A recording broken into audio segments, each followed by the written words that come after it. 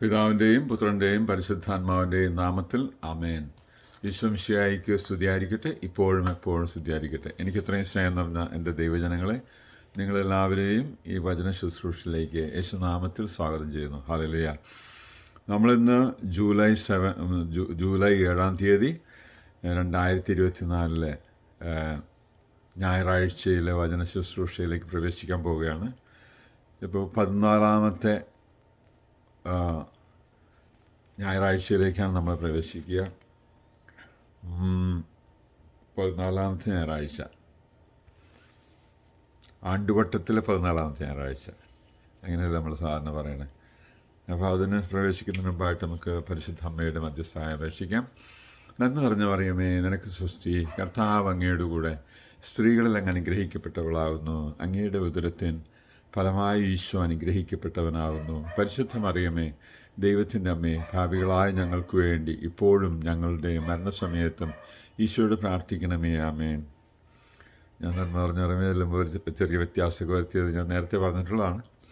എങ്കിലും പുതുതായിട്ട് കേൾക്കുന്നവരാണെങ്കിൽ നമ്മളങ്ങനെ ദൈവത്തിൻ്റെ അമ്മ എന്നൊക്കെ വിളിക്കുന്നതിൽ ലജ്ജക്കുറവും തോന്നരുത്. മത്തായി അപ്പോസ്തലന്റെ സുവിശേഷം 10-ാം അധ്യായം 32-ാമത്തെ വാക്യം പഠിപ്പിക്കുന്ന അങ്ങനെയല്ലേ, നിങ്ങൾ എന്നെപ്പറ്റി ലജ്ജ തോന്നരുതെന്ന് പറഞ്ഞത്. ഈശോയുടെ നാമം പറയാൻ, ഈശോയുടെ അമ്മയെപ്പറ്റി പറയാനൊക്കെ, ദൈവകാര്യങ്ങളൊക്കെ പറയാൻ ലജ്ജ തോന്നരുതെന്ന്. അപ്പോൾ ഞാൻ സ്വർഗസ്ഥനായ പിതാവിൻ്റെ മുമ്പിൽ നിങ്ങളെ ഞാൻ ഏറ്റുപറയുമെന്ന് ഈശോ നമ്മളോട് പറഞ്ഞത്. അപ്പോൾ അതുകൊണ്ട് ആ വാഗ്ദാനമൊക്കെ നമുക്കൊരു ജീവിതത്തിൽ ശരിക്കൊരു നിധിയായി കിട്ടുവാൻ, സ്വർഗത്തിൽ ചില നിക്ഷേപങ്ങൾ നമ്മൾ ഉണ്ടാക്കണമെന്ന് പറഞ്ഞിട്ടില്ല, അതുപോലെ ഇതൊക്കെ ഒരു നിക്ഷേപമാണ്. ദൈവത്തിൻ്റെ വചനം പാലിച്ച് ജീവിക്കുമ്പോൾ, അപ്പോൾ അതിൻ്റെ ഒരു ഭാഗമായിട്ട് നമ്മളിപ്പോൾ ദൈവത്തിൻ്റെ അമ്മയെന്ന് വിളിക്കും, തമ്പുരാൻ്റെ അമ്മയെന്നൊക്കെ വിളിക്കേണ്ട. കാരണം തമ്പുരാനൊക്കെ നമ്മൾ സാധാരണ മലയാളത്തിലൊക്കെ ഇങ്ങനെ രാജാക്കന്മാർക്ക് കൊടുക്കുന്ന ഒരു പേരാണ് തമ്പുരാൻ. അപ്പോൾ അത് കൊടുങ്ങല്ലൂർ തമ്പുരാൻ എന്നൊക്കെ കേട്ടിട്ടുണ്ട്, ശക്തൻ തമ്പുരാൻ എന്നൊക്കെ കേട്ടിട്ടുണ്ട്. അപ്പോൾ അങ്ങനെ കൊടുക്കാതെ തമ്പുരാൻ്റെ അമ്മയെന്ന് വിളിക്കുന്ന ഒരു ശീലം വന്നുപോയി. അത് വേണ്ടപ്പെട്ട അവർ സമയമാകുമ്പോൾ തിരുത്തുമെന്ന് എൻ്റെ പ്രതീക്ഷ. ഇപ്പോൾ ഏതായാലും ഞാനിപ്പോൾ തന്നെ തിരുത്തി കഴിഞ്ഞു. അതായത്, നന്മ നിറഞ്ഞ മറിയമേ, നിനക്ക് സ്വസ്തി, കർത്താവ് അങ്ങയുടെ കൂടെ സ്ത്രീകളിൽ അങ്ങ് അനുഗ്രഹിക്കപ്പെട്ടവളാകുന്നു. അങ്ങയുടെ ഉദരത്തിൻ ഫലമായ ഈശോ അനുഗ്രഹിക്കപ്പെട്ടവനാകുന്നു. പരിശുദ്ധ മറിയമേ, ദൈവത്തിൻ്റെ അമ്മേ, ഭാവികളായ ഞങ്ങൾക്ക് വേണ്ടി ഇപ്പോഴും ഞങ്ങളുടെ മരണസമയത്ത് ഈശോയോട് പ്രാർത്ഥിക്കണമേ. ആമേൻ. നമ്മളപ്പോൾ ഈശോയുടെ നാമൊക്കെ എടുത്തു പറയുമ്പോഴൊക്കെ ഒരു പ്രത്യേക ദൈവാനുഗ്രഹം നമുക്ക് ലഭ്യമാകും. അത് ഉറപ്പായിട്ട് വിശ്വസിച്ചോളാം. നമ്മളെ വിശ്വസിക്കുമ്പോഴേ നമുക്കെല്ലാം കിട്ടുള്ളൂ. വിശ്വസിക്കാനായിട്ട് മടിക്കരുത്. അപ്പോൾ എന്ത് അവസ്ഥയിലാണെങ്കിലും വിശ്വാസമാണ് നമ്മൾ അതിൽ നിന്നൊക്കെ പൊക്കിയെടുക്കാൻ പോണത്. അപ്പോൾ ഞാൻ എൻ്റെ കാര്യം പോക്കാണ് എന്ന് പറയുന്ന ലോകചിന്തയുടെ നടുവിലാണ് നമ്മൾ താമസിക്കുന്നത്. അതൊക്കെ വിജാതീയർ, അല്ലെങ്കിൽ ദൈവവിശ്വാസമില്ലാത്തവർ, വിശ്വാസമില്ലാത്തവർ, ഈശോയുടെ വചനത്തെപ്പറ്റിയൊന്നും അറിയാൻ പാടാത്തവരങ്ങനെ ചിന്തിക്കുകയുള്ളൂ. അല്ലെങ്കിൽ അത് ശരിക്കും ഉൾക്കൊള്ളാത്തവരൊക്കെ അങ്ങനെ പറയുള്ളൂ. അത് നമ്മളിവിടെ ഒരു പാപികളുടെ ലോകത്തിലോട്ടാണ് ഈശോ വന്നതെന്ന് ഓർക്കണം. ഈശോ പറഞ്ഞിട്ടില്ലേ എന്നാണ്, മാർക്കോസിൻ്റെ സുവിശേഷം 2:17 പറഞ്ഞേക്കണെന്താണ്, അതായത് നീതിമാന്മാരെ വിളിക്കാനല്ല, പാപികളെ അനുതാപത്തിലേക്ക് വിളിക്കാനാണ് ഞാൻ വന്നിരിക്കുന്നത്. ഈശോ ഇവിടെ വന്നതിൻ്റെ ഒരു രഹസ്യം ഈശോ വെളിപ്പെടുത്തിയത്. അതോടൊപ്പം തന്നെ ഈശോ അവിടെ പറയുന്നുണ്ട്, ആരോഗ്യവാന്മാർക്കല്ല, രോഗികൾക്കാണ് വൈദ്യനെ കൊണ്ട് ആവശ്യം എന്ന് പറയുന്നത്. അപ്പോൾ ഈശോ ഒരു വൈദ്യനായിട്ട് നമ്മളെ ചികിത്സിക്കാൻ, സുഖപ്പെടുത്താനൊക്കെ വന്നിരിക്കുന്നത്. നമുക്ക് രോഗങ്ങളുണ്ട്, ശാപങ്ങളുണ്ട്, ബന്ധനങ്ങളുണ്ട്, ഇതെല്ലാം മാറ്റാനായിട്ട് വന്നിരിക്കുന്ന ഈശോയെ നമ്മൾ വിശ്വസിക്കാനും അത് അവിടുന്ന് പറഞ്ഞേക്കണേയൊക്കെ പാലിക്കാനൊക്കെ നോക്കണം. അപ്പോഴേ നമ്മളിലുള്ള വിടുതലും സൗഖ്യവും സമാധാനവും സന്തോഷമൊക്കെ, ഞാൻ ലോകം തരുന്ന പോലുള്ള സമാധാനമല്ല ഞാൻ തരുന്നതെന്ന് പറയുന്ന ആ സമാധാനമൊക്കെ ആസ്വദിക്കണമെങ്കിൽ, അല്ലെങ്കിൽ ഈശോ പറഞ്ഞിട്ടില്ലേ, ഞാൻ നിങ്ങൾക്ക് പരിശുദ്ധാത്മാവിനെ തരുമെന്നൊക്കെ പറഞ്ഞു, അതൊക്കെ നമുക്ക് കിട്ടണമെങ്കിൽ നമ്മൾ വിശ്വാസം പ്രഖ്യാപിക്കണം. ഇതൊക്കെയാണ് വിഷയം. അതും നമ്മുടെ കുടുംബത്തിലായാലും കൊച്ചുങ്ങളോടായാലും ഒക്കെ പറയുന്നതിലൊരു ചളിപ്പോ മടിപ്പോ തോന്നരുത്. അങ്ങനെ തോന്നുന്നുണ്ടെങ്കിൽ കുമ്പസാരിച്ച് കളയാനായിട്ടൊക്കെ നോക്കണത് ഭയങ്കര പെട്ടെന്ന് ചെയ്യേണ്ട ഒരു കാര്യമാണ്. അതൊക്കെ നമ്മളത് വെച്ചുകൊണ്ടിരിക്കരുത്. കാരണം ചില രോഗങ്ങളൊക്കെ വെച്ചുകൊണ്ടിരുന്നാൽ അത് മൂർച്ഛിച്ച് ഭയങ്കര ഗൗരവമായിട്ട് പോകുമെന്ന് പറയില്ലേ.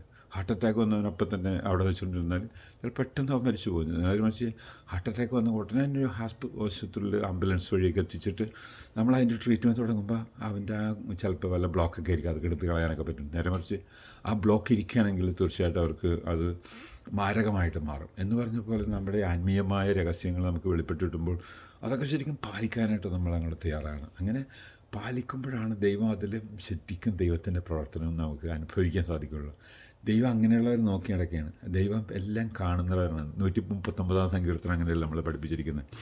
അപ്പോൾ അതുകൊണ്ട് നമുക്കിപ്പോൾ ഒന്നാമത്തെ വായനയിൽ പ്രവേശിക്കാം. ഇപ്പോൾ ഈ ആണ്ടുവട്ടത്തിലെ 14ാമത്തെ ഞായറാഴ്ചയിലെ ആദ്യത്തെ വചനം ഇങ്ങനെ പറയണം. അതായത് എസെക്കിയേൽ പ്രവാചകൻ്റെ പുസ്തകം 2-ാം അധ്യായം 3 മുതൽ 5 വരെയുള്ള വാക്യങ്ങളാണ്. 15ാമത്തെ അധ്യായം, ആണ്ടുവട്ടത്തിലെ 15ാമത്തെ ഞായറാഴ്ചയാണ്. സോറി കേട്ടോ, ആണ്ടുവട്ടത്തിലെ 15ാമത്തെ ഞായറാഴ്ച. അതിൽ ഒന്നാമത്തെ വായന ആമോസ് പ്രവാചകൻ്റെ പുസ്തകമാണ്. എസെക്കിയേൽ പ്രവാചകൻ നമ്മൾ കഴിഞ്ഞ പ്രാവശ്യം കണ്ടതാണ്. അവിടെ എസെക്കിയേൽ പ്രവാചകൻ എന്താ പറയണേ? നമ്മൾ കഴിഞ്ഞ പ്രാവശ്യം എന്താ കണ്ടത്? ഒരു second. Hallelujah hallelujah hallelujah hallelujah. Jesus I love you, thank you, praise you, worship you, adore you. Israel മക്കളുടെ അടുത്തേക്ക് പോകുന്നു, പക്ഷേ അവർ വിശ്വസിക്കില്ലെന്ന് പറയുന്നത്, അവരത് ശ്രദ്ധിക്കില്ല എന്ന് പറയുന്നത്, എന്നാലും നീ പോകണമെന്ന് പറയുന്നത് എന്ന് പറഞ്ഞ പോലെ ഇപ്പോഴും ഇവിടെ ഇസ്രായേൽ മക്കളുടെ അടുത്തേക്ക് ദൈവം വിടുന്ന സംഭവമാണ് ഈ ആമോസ് പ്രവാചകൻ്റെ പുസ്തകത്തിലൂടെ പറയുന്നത്. ആമോസ് പ്രവാചകൻ എന്നിട്ട് അതായത് ഈ സോളമൻ്റെ രാജ്യത്തിന് ശേഷം, സോളമൻ്റെ ഭരണത്തിന് ശേഷം രാജ്യം രണ്ടായിട്ട് വിഭജിക്കപ്പെടുന്നുണ്ട്. ഒന്ന് വടക്ക് ഭാഗം, ഒന്ന് തെക്ക് ഭാഗം എന്ന് പറഞ്ഞ പോലെ. അപ്പോൾ സദേൺ പാർട്ട് അല്ലെങ്കിൽ തെക്ക് ഭാഗം എന്ന് പറയുന്നത് അത് ജൂത എന്നറിയപ്പെടും, സദേൺ പാർട്ട് ഇസ്രായേൽ എന്നറിയപ്പെടും. അങ്ങനെ ഒരു തരം വിഭജനമുണ്ട്. ജെറൂസലം അവരുടെ ജൂഡായുടെ ഒരു കേന്ദ്രമാണ് ജെറൂസലം. അവിടെയൊക്കെയാണല്ലോ ജെറൂസലം ദേവാലയമൊക്കെ ഉള്ളത്. അപ്പോൾ ഈ എന്താ സംഭവിച്ചെന്നാൽ കൂടുതൽ വഷളായ സ്ഥലം ഈ നോർത്തേൺ കിങ്ഡമാണ്, അല്ലെങ്കിൽ ഇസ്രായേലാണ്.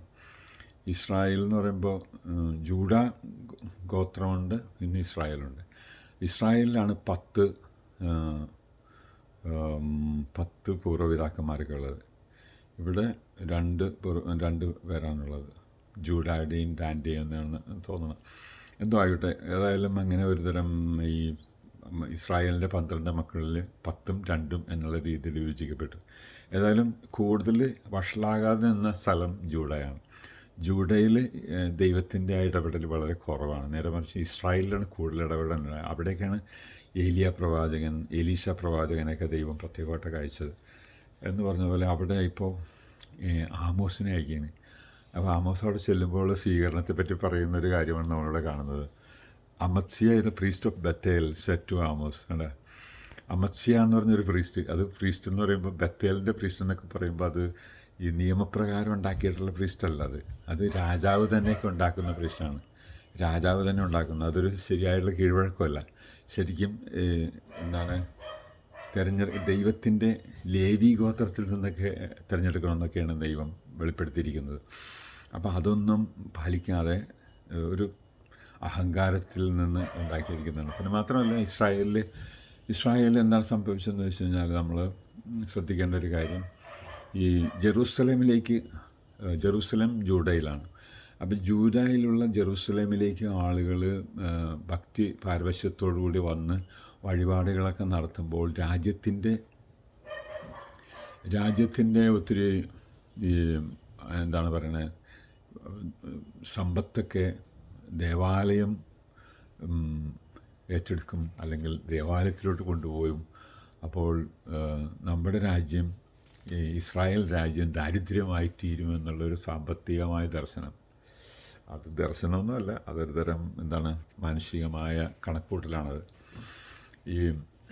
ഇത് നമ്മൾ വളരെയധികം ചിന്തിക്കേണ്ട ഒരു വിഷയമാണ്. കാരണം നമ്മൾ പൊതുവെ അച്ഛന്മാരായാലും അല്ലെങ്കിൽ ജനങ്ങളായാലും ഒക്കെ ഇങ്ങനെ ചിന്തിക്കാറുണ്ട്. അങ്ങനെ ചെയ്താൽ പൈസ ഉണ്ടാകും, ഇങ്ങനെ ചെയ്താൽ പള്ളി നടത്തിക്കൊണ്ടു പോകാൻ പറ്റും എന്നൊക്കെയുള്ളൊരു ചിന്തയുണ്ട്. ശരിക്കും പള്ളി നടത്തിക്കൊണ്ടു പോകുന്നതിന് ദൈവം പറഞ്ഞിട്ടുള്ള ഒരു അടിസ്ഥാനപരമായ ഒരു തത്വം ദശാംശത്തിൻ്റെ ടീച്ചിങ്ങാണ്. ആ ദശാംശം ദൈവത്തിൻ്റെ ആലയത്തിൽ കൊടുക്കുക എന്നുള്ള ഒരു ടീച്ചിങ്ങാണ്. നമ്മൾ പഴയ നിയമത്തിലൊക്കെ ഇപ്പോൾ അബ്രാഹത്തിൻ്റെ ജീവിതം നോക്കിയാലും ഇസ്ഹാക്കിൻ്റെ യാക്കൂബിൻ്റെയൊക്കെ ജീവിതത്തിലൊക്കെ നോക്കിയാലും അതൊക്കെ ദശാംശം എന്നുള്ളൊരാശയം അവിടെയുണ്ട്. ഈ ദശാംശത്തിൻ്റെ കാര്യം പിന്നീടും കൃഷി ചെയ്തുണ്ടാക്കുമ്പോഴൊക്കെ അങ്ങനെയൊക്കെയാണെന്ന് പഞ്ചഗ്രന്ഥിയിലൊക്കെ നന്നായിട്ടൊക്കെ പറയുന്നുണ്ട്. അപ്പോൾ ഈ ഇസ്രായേൽ മക്കളെ ഇങ്ങനെ ദൈവം പരിപോഷിപ്പിച്ച അങ്ങനെയാണ്. അപ്പോൾ ആ ദശാംശം കൊടുക്കുക എന്നുള്ളത് കൊണ്ട് ദൈവാനുഗ്രഹം വരികയാണ് ചെയ്യണത്.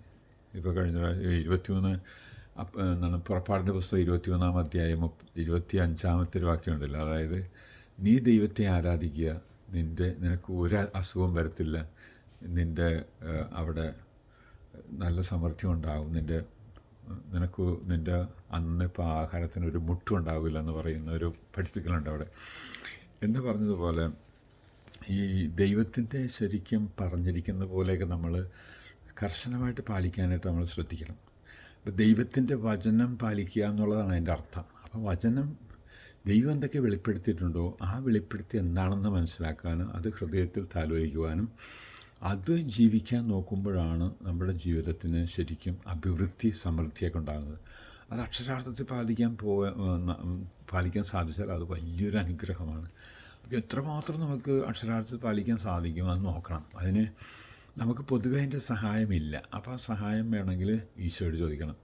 ചോദിക്കുവാൻ നൽകപ്പെടുമെന്ന് പറയുന്ന ഈശോയുടെ ആ വാക്കുകൾ എടുത്തുകൊണ്ട്, അല്ലെങ്കിൽ എൻ്റെ നാമത്തിൽ ചോദിക്കുക എന്നൊക്കെ പറയുന്ന വാക്കുകളൊക്കെ എടുത്തുകൊണ്ട് നമ്മൾ ഈശോയോട് ചോദിക്കണം. അപ്പോൾ ഈശോയോട് ചോദിക്കുമ്പോൾ ഈശോ തരും. അത് ഈശോ തന്നെ എന്താണ് ഒരു ശക്തിയാണ് നമുക്ക് ഇറങ്ങുന്നത്, പരിശുദ്ധാത്മ ശക്തിയാണ് നമുക്ക് വരുന്നത്. ആ പരിശുദ്ധാത്മ ശക്തി കൊണ്ട് പലവിധ തടസ്സങ്ങൾ ചിന്തിക്കുന്ന ആ തടസ്സങ്ങളൊക്കെ നമ്മുടെ മനസ്സിൽ നിന്ന് മാറിപ്പോഴും. പക്ഷേ ഇത് പലർക്കില്ല. അതുകൊണ്ടാണ് പലരും ഈ ദശാംശമൊന്നും പാലിക്കുന്നില്ല. ദൈവമാണ് ഓരോ ആരോഗ്യം തരുന്നത്, ദൈവമാണ് ഓരോ ജോലി തരുന്നത്, ദൈവമാണ് എന്നെ കൈപിടിച്ച് നടത്തുന്നത്. അങ്ങനെയൊക്കെയുള്ള ആ ദൈവഭയത്തിൻ്റെ സങ്കല്പത്തിൽ നിന്നാണ്, അല്ലെങ്കിൽ ദൈവഭയത്തിൻ്റെ ആ ജീവിത ശൈലിയിൽ നിന്നാണ് ഈ ദശാംശം കൊടുക്കുക എന്നുള്ള കാര്യങ്ങളൊക്കെ. അപ്പോൾ ഞാൻ പറഞ്ഞു വന്നത് ഇതാണ്. അതായത് ഈ ബത്തേലിൽ താമസിക്കുന്നവർ അല്ലെങ്കിൽ ഇസ്രായേലിൽ താമസിക്കുന്ന ജനങ്ങൾക്ക് അവർക്ക് ഈ ദശാംശത്തിൻ്റെ കാര്യങ്ങളൊക്കെ ചിന്ത വന്നപ്പോൾ അത് രാജാക്കന്മാരൊക്കെ പറഞ്ഞ് ഒരു കാര്യം ചെയ്യാം, നമുക്കിവിടെ തന്നെ ഒരു പകരം നമുക്ക് ചില ആലയങ്ങളൊക്കെ തുടങ്ങാം. അങ്ങനെ ബത്തേലിലൊക്കെ അവരുടേതായ രാജാവിൻ്റെതായ രീതിയിലൊക്കെ ഉണ്ടാക്കി. അപ്പോൾ യെറൂസലേമിലോട്ട് ജനങ്ങൾ വിടരുത് എന്നുള്ളതാണ് അതിൻ്റെ ആശയം.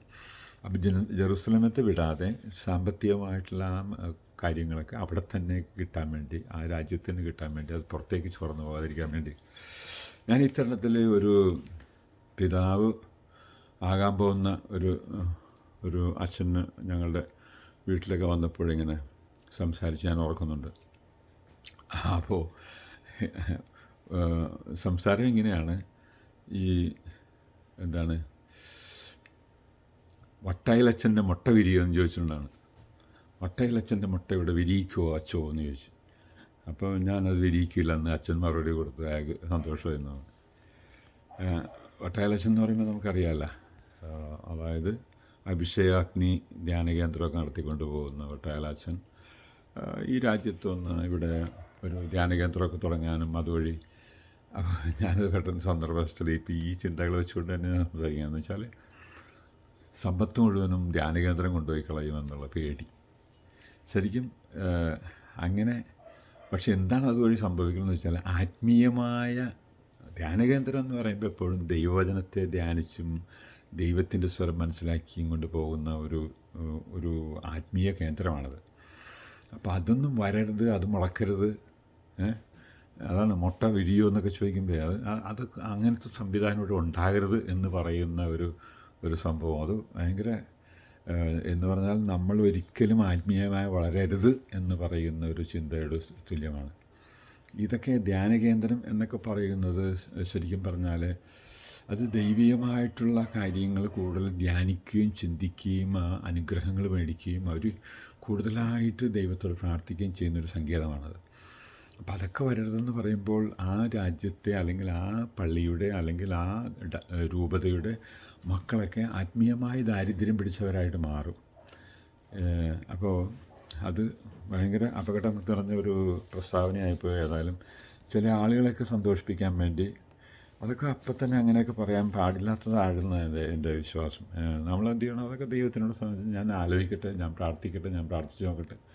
ദൈവഹിതമാണെങ്കിൽ നമ്മളൊക്കെ ദൈവഹിതം ചെയ്യുന്നവരാണല്ലോ, അല്ലാണ്ട് മനുഷ്യരെ തൃപ്തിപ്പെടുത്തിക്കൊണ്ട് ജീവിക്കുന്നൊരു അജപാലന ശുശ്രൂഷയല്ലല്ലോ നമുക്കുള്ളത്.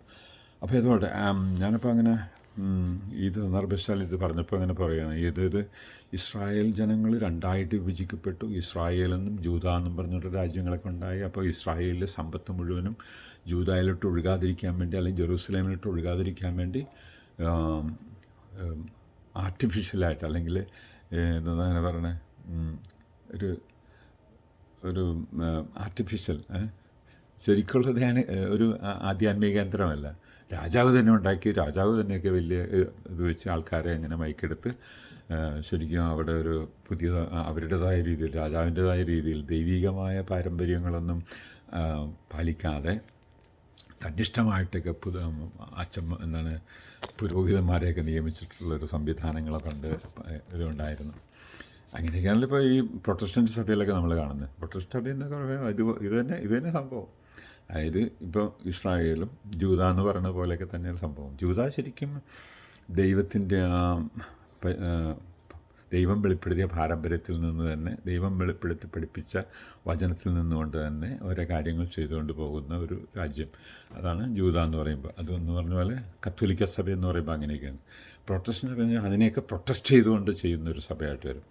അപ്പോൾ ഞാനത് തൽക്കാലം അവിടെ നിർത്തുകയാണ്. ഇപ്പോൾ ഇവിടെ ഇപ്പം എന്താ സംഭവിച്ചാൽ, അവിടുത്തെ ഒരു പുരോഹിതൻ എന്ന് പറഞ്ഞാൽ ഈ വിജാതീയൻ, അതായത് ദൈവത്തിൻ്റെ ക്രമപ്രകാരം അല്ലാത്തൊരു പുരോഹിതൻ വന്നിട്ട് രാജാവിന് വേണ്ടി ഉച്ചരിക്കുന്നു. അതുകൊണ്ടാണ് ഇവിടെ കൂടുതലിങ്ങനെ പറയുന്നത്, ഓ പ്രവാചക, ഞങ്ങളിവിടെ നിന്ന് ഓടിപ്പോയിക്കോ, നീ ജൂതായിൽ പോയിട്ട് പ്രസംഗിച്ചു, ഇവിടെ ഒന്നും പ്രസംഗിക്കേണ്ട, നിൻ്റെ പ്രസംഗമൊന്നും ഇവിടെ വേണ്ട. പക്ഷേ ആമോസ് പ്രവാചകൻ ഇവിടെ ഇസ്രായേലിൽ വന്ന് പ്രസംഗിക്കുന്നതിന് കാരണം എന്താണെന്ന് വെച്ച് കഴിഞ്ഞാൽ, അത് ദൈവം പറഞ്ഞിട്ട് പോയി പ്രസംഗിക്കുന്നതാണ്. ദൈവം നീ അവിടെ പോകുമെന്ന് പറഞ്ഞാൽ അതാണ് ദൈവത്തിൻ്റെ സ്വരം അനുസരിച്ച് ജീവിക്കുക എന്നുള്ളതാണ് ദൈവമക്കളുടെ ഏറ്റവും വലിയ ലക്ഷണം. അതിൻ്റെ ഭാഗമാണ് ദൈവവചനത്തിന് ഇമ്പോർട്ടൻസ് കൊടുക്കാൻ നോക്കണം. അതുകൊണ്ടല്ല നമ്മൾ ആ വചനം എപ്പോഴും ഓർക്കണം. മത്തായി 4:10 പറയണ അങ്ങനെയല്ലേ, 10 എനിക്ക് തോന്നുന്നു. അതായത് മത്തായി 4:4 അതിലിങ്ങനെ ഈശോ പരസ്യ ജീവിതത്തിൽ പിശാചുമായിട്ടുള്ള ഏറ്റുമുട്ടൽ ആദ്യം വെളിപ്പെടുത്തേണ്ട ഒരു കാര്യം അതാണ്. മനുഷ്യൻ അപ്പം കൊണ്ട് മാത്രമല്ല ജീവിക്കുന്നത്, ദൈവത്തിൻ്റെ അതിരത്തിൽ നിന്ന് പൊഴിയുന്ന ഓരോ വചനം കൊണ്ടുകൂടിയാണ് ജീവിക്കുന്നതെന്ന് പറയുന്നത്. അപ്പം ഭക്ഷണമൊക്കെ കഴിക്കുന്നു, പക്ഷേ അതിൻ്റെ ഒപ്പം തന്നെ നമ്മൾ ദൈവത്തിൻ്റെ സ്വരം അനുസരിച്ച് ജീവിക്കണമെന്നുള്ള ഒരു ചിത്രം ഈശോ അവിടെ വരച്ച് കാണിക്കുന്നുണ്ട്. അല്ലെങ്കിൽ ഈശോ ഒരു ജീവിത ശൈലി നമുക്ക് വെട്ടിത്തുറന്നു തരുന്നുണ്ട്. അത് മുറുകെ പിടിക്കാൻ നമുക്ക് നോക്കണം. നമ്മുടെ ബലക്ഷയം എന്താണെന്ന് വെച്ചാൽ അതാണ്. കാരണം വചനം ഭക്ഷിക്കുക, ഇപ്പം എസെക്കിയേൽ പ്രവാചകനായാലും അല്ലെങ്കിൽ ആമോസ് പ്രവാചകനൊക്കെയാലും പറഞ്ഞത് അതേപോലെ തന്നെ. ഇപ്പോൾ സാമുവൽ പ്രവാചകനോടാണെങ്കിലും പറഞ്ഞത് അതേപോലെ, പരിശുദ്ധ അമ്മയോടാണെങ്കിലും പറഞ്ഞത് അതേപോലെയൊക്കെ തന്നെ ചെയ്യാം. ഔസപിതാവ്. അപ്പോൾ അതാണ് നമ്മുടെ ഒരു പാരമ്പര്യം, നമ്മുടെ ക്രിസ്തീയ പാരമ്പര്യം, അല്ലെങ്കിൽ ദൈവം വെളിപ്പെടുത്തിയ ഒരു പാരമ്പര്യം എന്ന് പറയുമ്പോൾ ദൈവത്തിൻ്റെ സ്വരം ജീവിക്കാൻ നോക്കുക, ദൈവം വെളിപ്പെടുത്തി ജീവിക്കാൻ നോക്കുക. അപ്പോൾ ദൈവം വെളിപ്പെടുത്തുന്നത് എന്താണെന്ന് വെച്ച് കഴിഞ്ഞാൽ, ദൈവം വെളിപ്പെടുത്തുന്നത് ഈ സഭയിലൂടെയാണ്, പുരോഹിതന്മാരിലൂടെയൊക്കെയാണ്. പുരോഹിതന്മാരായ ദൈവസ്വരം തന്നെ പറയാനായിട്ട് എപ്പോഴും പ്രാർത്ഥനയിലും പരിശുദ്ധാത്മാവിൻ്റെ നിറവിലൊക്കെ ആയിരിക്കണം. അശുദ്ധമായ അവസ്ഥയിലാണെങ്കിൽ അവർക്കൊന്നും ദൈവഹിതം അറിയാനോ ദൈവഹിതം പറഞ്ഞു കൊടുക്കാനോ പറ്റാതെ വരും. അതുകൊണ്ടാണ് ശരിക്കും പറഞ്ഞാൽ നമ്മുടെ ജനസമൂഹത്തിന് ശരിക്കൊരു ആജപാലന നേതൃത്വം കിട്ടാത്തൊരു ദാരിദ്ര്യം ഉണ്ടോ എന്ന് സംശയിച്ചു പോയിട്ടിരിക്കുന്നു ചില സമയത്തെല്ലാം. ഇപ്പോൾ ഇവിടെയൊക്കെ തന്നെ നോക്കിക്കഴിഞ്ഞാൽ പലരോട് ചോദിച്ചു, ഒരു നല്ലൊരു ശതമാനം ആൾക്കാരും ഞാൻ ദൈവത്തിൽ നിന്ന് വിശ്വസിക്കുന്നില്ലെന്ന് കത്തോലിക്കർ പോലും തന്നെ പറഞ്ഞു തുടങ്ങുന്നത്. അപ്പോൾ ആ ജീവിക്കുന്ന ദൈവത്തിൻ്റെ ആ സ്വരത്തിനനുസരിച്ച് ജീവിക്കാത്തതുകൊണ്ടാണ്, കെട്ടിപ്പിടിക്കാത്തതുകൊണ്ടാണ്, അത് പ്രചരിപ്പിക്കാത്തതുകൊണ്ടാണ്, അത് ജീവിച്ച് കാണിച്ചു കൊടുക്കാനുള്ള മാതൃകയില്ലാത്തതുകൊണ്ടാണ് ഇവിടെയൊക്കെ സംഭവിക്കുന്നത്. അപ്പോൾ അവിടെ ഇതെല്ലാം നമ്മൾ പ്രാർത്ഥിക്കേണ്ട വിഷയമാണ്. ദൈവമേ, നിൻ്റെ വചനം അനുസരിച്ച് ജീവിക്കാനുള്ള കൃപ തരണമേന്ന്. അപ്പോൾ ഈ പ്രവാചകൻ, ഈ ബത്തേലിലെ പുരോഹിതൻ ആമോസ് പ്രവാചകനോട് പറയണം, നീ നിൻ്റെ ജൂതായിൽ പോയി പ്രസംഗിച്ചാൽ മതി, ഇവിടെ ഒന്നും. അതായത് ചിലർ നമ്മുടെ കളിയാക്കി പറയില്ലേ, അത് നിൻ്റെ വീട്ടിൽ വെച്ചാൽ മതി, ഇവിടെയൊന്നും അത് വിലപ്പോകില്ല എന്നൊക്കെ പറഞ്ഞ് നമ്മൾ സംസാരിക്കില്ല എന്ന് പറഞ്ഞതുപോലെയുള്ള ഒരു ശൈലിയിലാണ് ഇവിടെ ഈ പുരോഹിതൻ സംസാരിക്കുന്നത്. നീ ഇവിടെ ഒന്നും അതിനെപ്പറ്റി പറയൊന്നും വേണ്ട, നീ ഇവിടെ പ്രവസ്തിയൊന്നും നടത്തിയൊന്നും വേണ്ട. പക്ഷേ ആമോസ് പ്രവാചകൻ പറഞ്ഞു, ഞാനങ്ങനെ ഒരു പ്രവാചകനൊന്നുമല്ല, ഞാനൊരു പ്രവാചകനൊന്നുമില്ല, പക്ഷേ എന്നോട് ഇവിടെ വന്ന് പ്രസംഗിക്കാൻ പറ്റും. കാരണം ഞാനൊരു പ്രവാചകനല്ല, ഞാനൊരു ആട്ടിടയനാണ്. അതുപോലെ തന്നെ സിക്കമൂർ മരങ്ങളെയൊക്കെ വെട്ടിയൊരുക്കുന്ന ഒരു ജോലിയാണ് എൻ്റെ ജോലിയൊക്കെ. ആട്ടിടേൻ്റെ ജോലിയുണ്ട്, സിക്കമൂർ മരത്ത് വെട്ടിയൊരുക്കും. അവിടെ നിന്ന് ദൈവം എന്നെ വിളിച്ചു, അവിടെ പോയി എന്നോട് പറയാൻ പറഞ്ഞു. അതുകൊണ്ട് ഞാൻ വന്ന് പറഞ്ഞു. എന്ന് പറഞ്ഞാൽ ദൈവം പറഞ്ഞതനുസരിച്ച് ജീവിക്കുമ്പോൾ അവിടെ ദൈവാനുഗ്രഹവും ദൈവത്തിൻ്റെ സാന്നിധ്യവും ഉണ്ടായിരിക്കും. അതാണ് നമ്മൾ പഠിക്കേണ്ട ഏറ്റവും വലിയൊരു ഒരു ദൈവീക ജ്ഞാനം. പിന്നെ റെസ്പോൺസോറിയൽ സാമായിട്ട് അല്ലെങ്കിൽ പ്രതിവചന സങ്കീർത്തനമായിട്ട് പറയുന്നത് 85-ാമത്തെ സങ്കീർത്തനമാണ്. അങ്ങയുടെ അപ്പോൾ ആദ്യത്തെ വായനയിൽ നമ്മളൊന്നുകൂടി ശ്രദ്ധിക്കുക. ഒരു ദൈവം അയക്കുന്ന ഒരു പ്രവാചകനെ സ്വീകരിക്കാതെയും അട്ടിയോടിക്കുകയും ചെയ്യുന്ന ഒരു അവസ്ഥ, അത് നമ്മുടെ ഇന്നത്തെ ജീവിതത്തിലും എൻ്റെയും നിൻ്റെയും ജീവിതത്തിലൊക്കെ ഇങ്ങനെ ദൈവത്തിൻ്റെ ആരാധന, ദൈവത്തിൻ്റെ ശുശ്രൂഷകൾ, ദൈവത്തിൻ്റെ വചനങ്ങൾ പ്രഘോഷിക്കൽ, ഇതൊക്കെ കാണുമ്പോൾ അവരെ നമ്മൾ വേണ്ട വിധത്തിൽ ബഹുമാനിക്കുന്നുണ്ടോ അതോ അവരെ തിരസ്കരിക്കുന്നുണ്ടോ എന്നൊക്കെ നമ്മൾ ശ്രദ്ധിക്കണം. അങ്ങനെ അതൊക്കെ ദൈവം ശ്രദ്ധിക്കുന്ന പോയിൻ്റാണ്. അപ്പോൾ അവിടെയൊക്കെ നമ്മൾ പ്രാർത്ഥന അരൂപിയോട് ചെല്ലണം. അങ്ങനെയൊക്കെ അവർ പറയുന്നതൊക്കെ ശരിക്കും പ്രാർത്ഥന അരൂപിയോടുകൂടി തന്നെ കേൾക്കാനും അതിൻ്റെ ദൈവികമായ വെളിപ്പെടുത്തൽ മനസ്സിലാക്കി തരണേ എന്ന് ദൈവത്തിൽ പ്രാർത്ഥിച്ചുകൊണ്ട് നമ്മൾ അവരുടെയൊക്കെ ശുശ്രൂഷകളൊക്കെ സ്വീകരിക്കണം.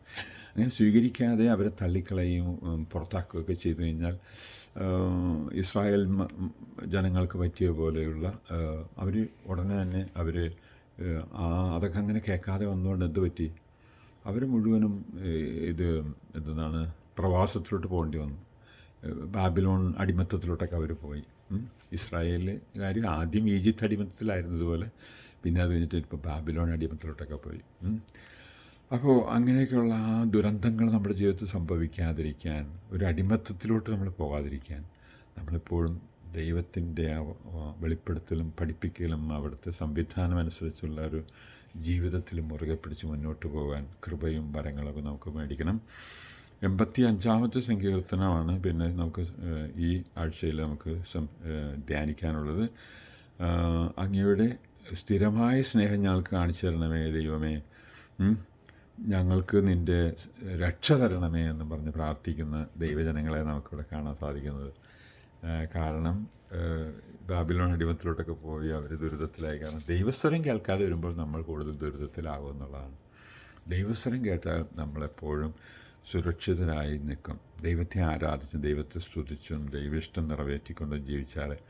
പിന്നെ രണ്ടാമത്തെ വായനയായിട്ട് നമുക്കിവിടെ തന്നിരിക്കുന്നത് എഫേസ്യക്കാർക്ക് എഴുതിയ ലേഖനം 1-ാമത്തെ അധ്യായം 3 മുതൽ 14 വരെയാണ്. അപ്പോൾ അതിൽ പൗലോസ് അപ്പോസ്തലൻ പറഞ്ഞു വരുന്നത് ഈശോയിലാണ് നമ്മുടെ രക്ഷ. ഈശോയിലാണ്, അവിടുത്തെ രക്തം വഴിയാണ് നമുക്ക് രക്ഷ കിട്ടിയതും അത് പാപമോചനം കിട്ടിയതും.